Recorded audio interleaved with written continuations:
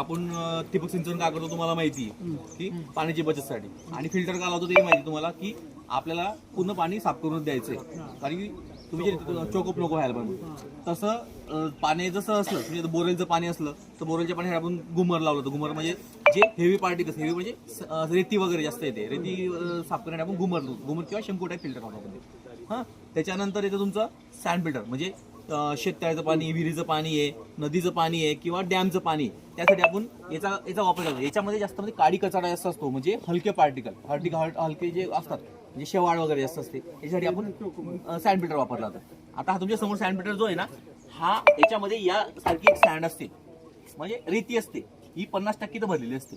तुमचं हा जो पंपाचं इन आउट म्हणजे येणारं पाणी आणि खाली जाणारं पाणी असतं, याच्यात 50% पाणी भरलेलं असतं. याच्यात पाणी पडल्यानंतर त्या ज्या रेतीमध्ये तुमची शेवाळ वगैरे काळी कचरा हा ते अटकतो.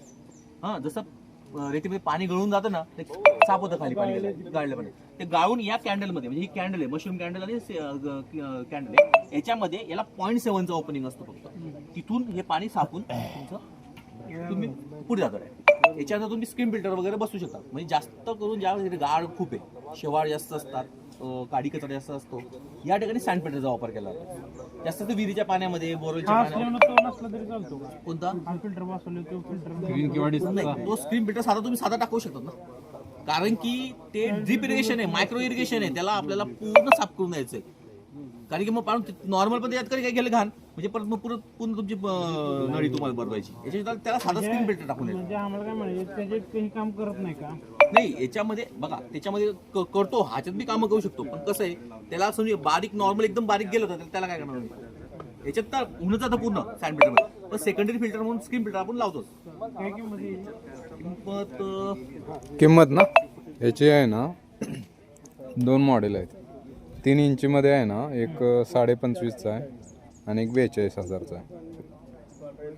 3 इंच ना? आणि त्याला GST 5% आहे, आणि याला अनुदानामध्ये पण कन्सिडर किती करतात. अनुदान याला?